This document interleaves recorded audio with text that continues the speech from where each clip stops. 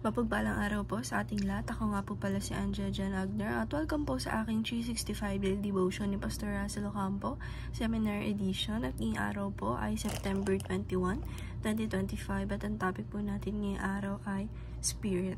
Ano ang goal mo sa buhay? And yung scripture po natin ngayong araw is Zechariah chapter 12 verse 1. And yung sabi po dito sa ating concept na Spirit is the impertal part of man, often used interchangeably with soul, yet in scripture sometimes discussed as the deepest seat of life, understanding and fellowship with God.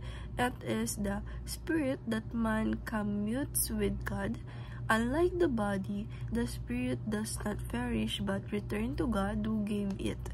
While man is a unity of body and soul, spirit is not anonymous.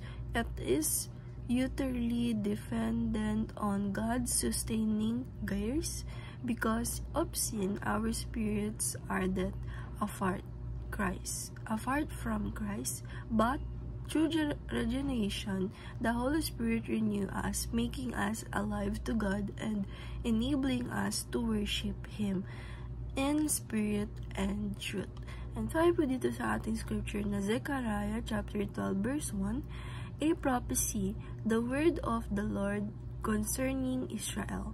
The Lord who straightened out the heaven, who lays the foundation or the earth, and who forms the human spirit within a person, declares.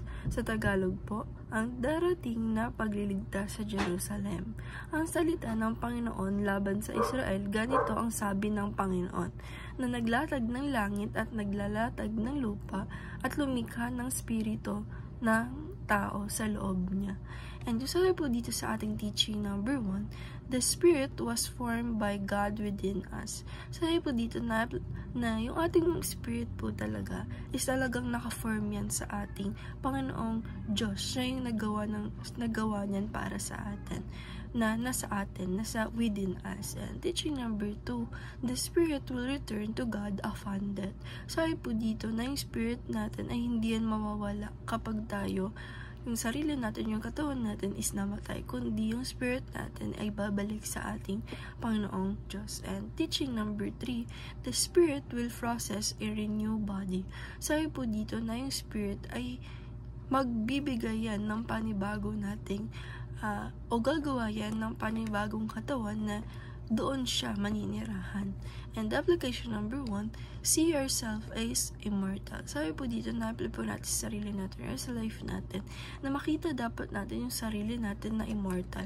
Dahil nga po, yung spirit natin is hindi yan namamatay. Bumabalik yan lang sa ating Panginoong Diyos na nagawa ng ating spirit. And ito ay gumagawa ulit ng panibagong katawan para sa Kanya. And application number 2, plan for both the short term and the long term.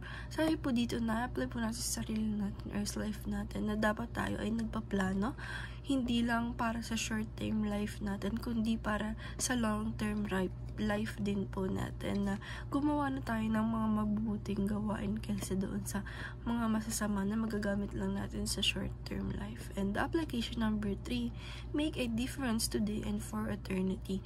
Sabi po dito, na-apply po natin sa sarili natin or sa life natin na mas maganda na gumawa tayo ng difference today para sa ating eternity life. And dahil lang po ngayong araw, maraming salamat. God bless.